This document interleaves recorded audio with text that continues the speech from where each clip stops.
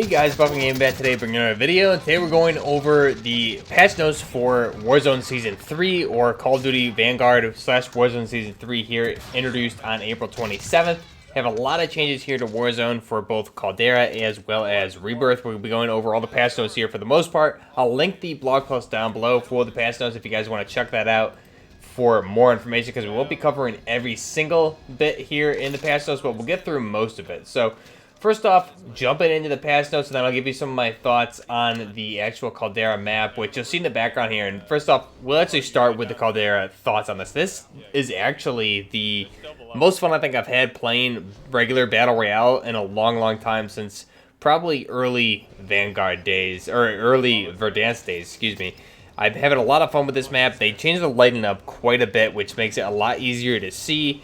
Not as bright. You don't have a lot of the shading and shadows that you've seen previously with the map so far, which are a lot of my gripes, not being able to see players, especially with the dense forestry and limited cover. Here you have a darker type tone to the zone. It's a little bit more gray on the map, and it's a little bit easier to see a lot of the players for the most part. So definitely really good lighting changes here. They've also added a lot of cover with a lot of the new POIs, as well as just in general, there's a lot of different objects on some of the existing POIs. You'll see some of that in the gameplay here in the background, but we do have, just like landed in our usual spots, we do have a lot of different like generators to put in place, different sandbags, things like that, more tents for cover. So again, you're not just running out in a lot of empty space. So there's still definitely empty space, but for the most part, in those POIs and the surrounding areas, there's definitely a lot more cover, which makes the gunfights a lot more enjoyable. I think just playing Caldera, I think we played probably around, I would say, like 7, maybe 8 games today. For the most part, didn't get a win, but still, for the most part, just having a lot of fun with the gunfights. Being able to have meaningful gunfights again is definitely a good thing, I would say, especially because this is something we really haven't seen in quite a long time. This obviously being day 1 of the Season 3 update, this is going to be a unique time where you can kind of have a good time with this and have a little bit more of relaxed gameplay. So we'll see how this kind of progresses in the next few weeks, but definitely jumping in today, the most fun I've had in regular Battle Royale in quite a long time. They made a lot of weapon adjustments, which make the game feel a lot better, and especially over in Rebirth, again, a lot of those weapon adjustments translate into Rebirth, and it just feels really good. You have a lot of good changes here with the game, but Caldera overall, I would say, makes Warzone a lot more fun. Again, this is the most fun I've had on Caldera since peak Verdansk, I would say. It's still not quite at the level of Verdansk for fun factor, but definitely good improvements here on the part of Raven. So again, I'll link the patch notes down below in the description. Jumping into really cover the meaningful patch notes here. We have a playlist roadmap here leading into the next few weeks, so you guys can check that out. We'll have, for the next week, we're going to be having Battle Royale on Caldera for solos, duos, trios, quads, Iron Trials for quads. This week, we'll actually have Iron Trial for quads on Battle Royale as well. Rebirth Island next week, Resurgence for all modes, as well as Blood Money quads. You guys can check out the roadmap down below. Nothing crazy. We have Operation Monarch obviously launching on May 11th, so that'll include the Godzilla and King Kong event here in Caldera. Moving down further into some of the patch notes, they cover a bunch of different modes and things like that in general, but really we want to cover a lot of the adjustments to the map. We covered a lot of the POIs in yesterday's video. They added a lot of different POIs, like the new Gulag for Hold is pretty good. A good 3-lane map, which obviously is new. It reminds me a lot of the Gulag we had 2 Gulags ago, I think the very end of, or beginning of, Vanguard, at the very end of Cold War. Again, very similar type Gulag, but again, it is definitely better than I think what we've had in a few different seasons here. Different POIs such as Dig Site, they made a lot of changes over to Lagoon, Peak, things like that. So there's a lot more changes over there. Runway, you'll notice a lot more cover, and overall just map changes, more cover, different expansions to the map, especially in Lagoon. There's a lot more area that is now inbounds that typically would have been out of bounds in the water, so that's good to see.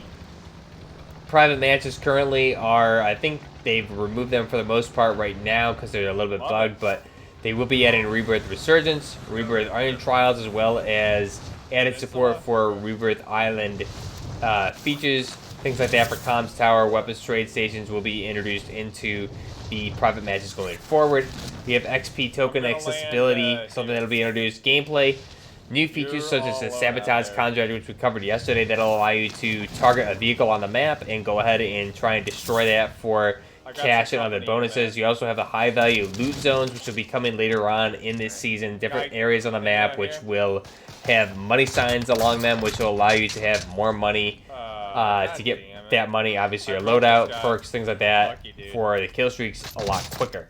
Now we also have general adjustments. They made some gas mask fixes, so you will no longer be interrupted when falling players, thus allowing them to still be able to pull their parachute when falling to preserve their life, so you won't be interrupted by the gas mask animation.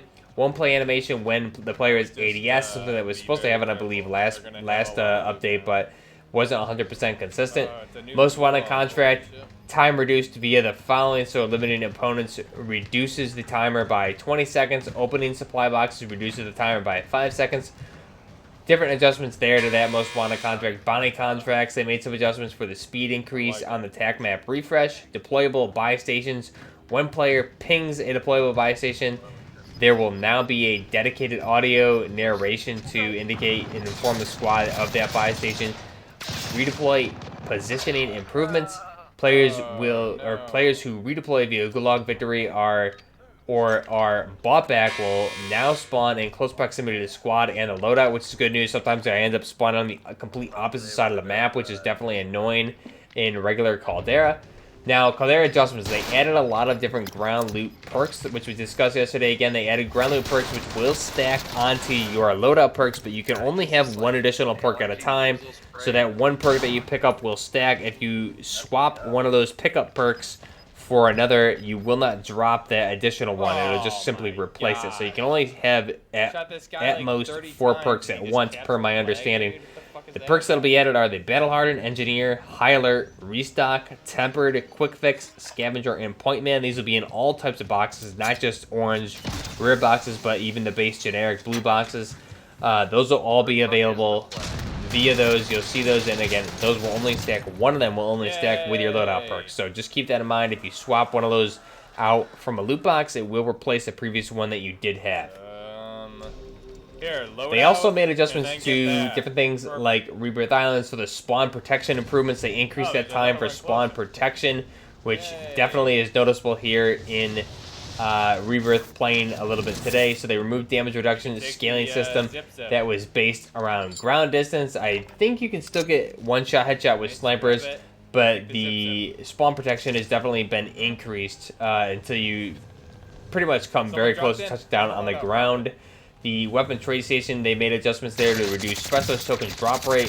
Stations will now look for empty space to drop your rewards, so it doesn't get cluttered up with the additional items that it drops. Later this season, they'll be adding footstep audio improvements as well as slide camera lock improvements, which has been something everyone's been asking for. User interface improvements to the buy station specifically for consoles will not kind of glitch in when you go down to like a loadout, for example. What it was doing is glitching up to basically reverting back, so it would go from the loadout all the way up to like an armor plate or something like that. So that was definitely messing you up at a buy station.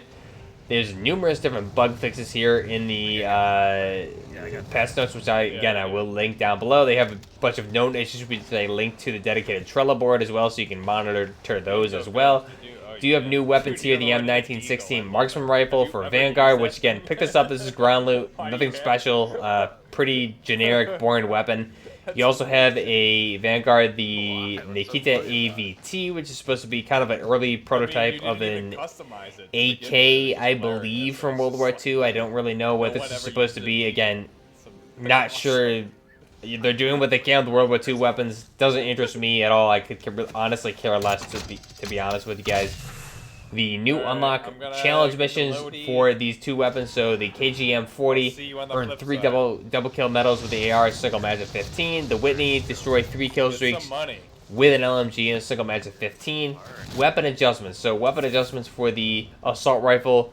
Vanguard, that being the SCG-44, they made a bunch of different adjustments there, as well as the AS-44. They also made adjustments to the Volstragurmer from Vanguard. Again, I'm definitely not pronouncing that right, but again, these Vanguard weapons, not something I typically use. The Argon 52, they made adjustments to. For all the different barrel adjustments, they increased recoil and reduced the max rate of damage. I believe they brought it down a little bit, so it's a little bit more close quarters than it was previously.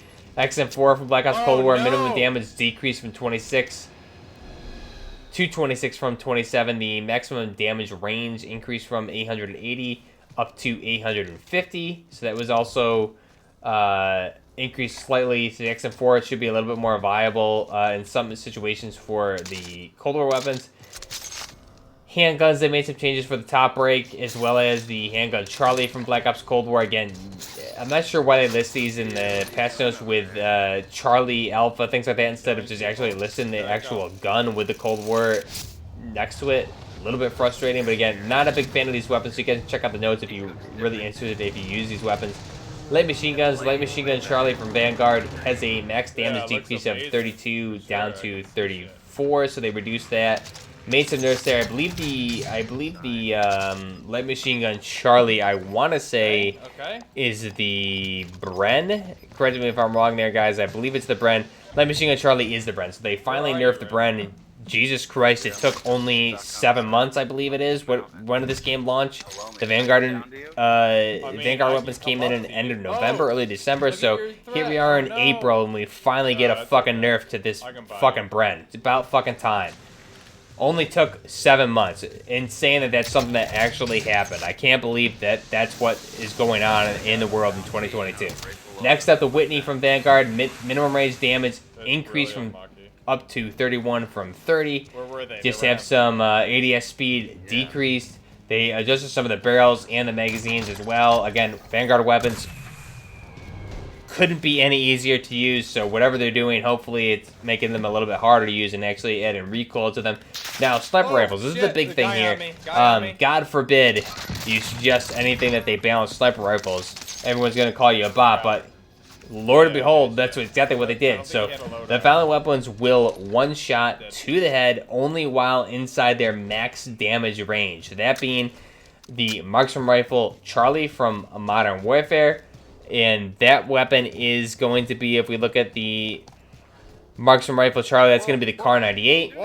So again, within the max damage range, it will one-shot headshot. Outside of that, it will not one-shot headshot. They also did this to the SPR 208, Pelican 703, the Swiss K31, Type 99, and the Car 98K from Vanguard. Again, all the easiest weapons in the world to use from sniper rifles and marksman rifles that take zero skill to use. They finally made it so they're a little bit more skillful. You need to use them within those max damage ranges. Still one-shot headshot within those ranges, but outside they're not because they're the easiest weapons in the game to use. So finally, some sensible changes here from Raven. Again, only took about 3 years to make, so thank God. Fallen weapons will one-shot headshot at max range, that being the HCR. Sniper Rifle Charlie from Modern Warfare, that's going to go ahead and be the AX-50. ZRG-20 or the NTW, the 3-line rifle from Vanguard, and the anti-tank rifle from Vanguard as well will one-shot headshot within those max ranges, or outside of those max ranges. They will always one-shot headshot. The max range is extended versus the other ones that we went over, so those will be one-shot headshot. The other ones will not outside of that max range. Fallen weapons do not have a one-shot potential to the head. That being the Rytec AMR, which this one's a little bit disappointing just because with the 50 cal ammunition on this, the base ammo, this is a pretty hard weapon to use, especially at longer ranges, which is something I kind of really got a good hold on during my time using it. I understand why they did it, but this is a weapon that really no one used to begin with. It's strange. I guess they did this to kind of counter people shifting to this weapon, but again, very weird. The muzzle velocity, the bullet velocity on this weapon is very slow. It's a very hard weapon to use, so it's strange to me that they made this not a one-shot headshot. Kind of really deterring anybody from ever using this, especially because the 25mm conversion to this is so weak already, there's really no reason to use it now, given this nerf to this weapon. They also did the same thing for the M82, that being sniper rifle Charlie from Black Ops Cold War. The M82 50 cal semi-automatic 50 caliber sniper rifle, not a one-shot headshot anymore. I understand that. Not sure how I feel about that. This is a tricky weapon. I'm gonna have to use this after the update and see how it really is. This is a weapon I had a lot of fun using at long ranges. Now that you can have the quicker follow-ups on this thing, it may be a little bit more viable. I'm not really sure how this change is going to affect this weapon, but I'm definitely going to put it in my class and give it another try. You also have Sniper Rifle Alpha from Modern Warfare. That's going to go ahead and be, I believe it's the HDR, or the, let's see, Sniper Rifle Alpha, if I need to filter kind of through these. So Sniper Rifle Alpha's Dragunov, again, will no longer be, no way can be a one-shot headshot, which I don't believe it was to begin with, which shouldn't really be impactful. Again, no one's using this weapon to begin with anyways. So, full list of changes for Sniper Rifles is listed below. It has the different ranges, things like that, muzzle velocity or bullet velocity increases for all these different Sniper Rifles, and what the max ranges, things like that are. I'll link that, again, the patch notes down below. They also made changes to the SMGs. A lot of those being for the Vanguard weapons, as well as I believe we have a few of the Caldera weapons. No, just Vanguard weapons. They made changes to the ammo Garand marksman rifle as well. Submachine guns for the Owen gun, things like that for Vanguard. So they made a lot of nerfs there, thank God. Different attachment changes, things like that. We'll be seeing a lot of those, see how that impacts the game going forward. Again, playing in Caldera, like I said, this is the most fun I've had so far. I think a lot of changes that still need to happen are for the Vanguard weapons, like the Cooper Carbine just still has 0 recoil and decent damage. If it's going to have no recoil, it needs to have very low damage. So hopefully that's something they were able to fix going forward. Let me know what you guys think of these changes down below. Again, that's just the high-level overview of a lot of these changes for the patch notes. I'll link that down below. Overall, like I said, Vanguard Royale, or I guess not Vanguard Royale, but the Caldera Royale with the Vanguard map, obviously inspired from Vanguard as Caldera, is a lot more fun to play. I'm having a good time just playing that with a little bit of mix of Rebirth, especially with the changes they made where you get your default loadout a lot quicker off the bat. Makes it a little bit more fun and I would say bearable for right now. They also added more cover.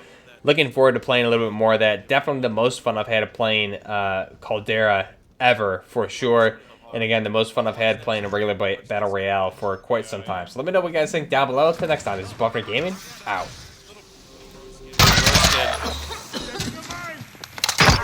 He had part ammo. I don't think I'm coming back. Oh my god.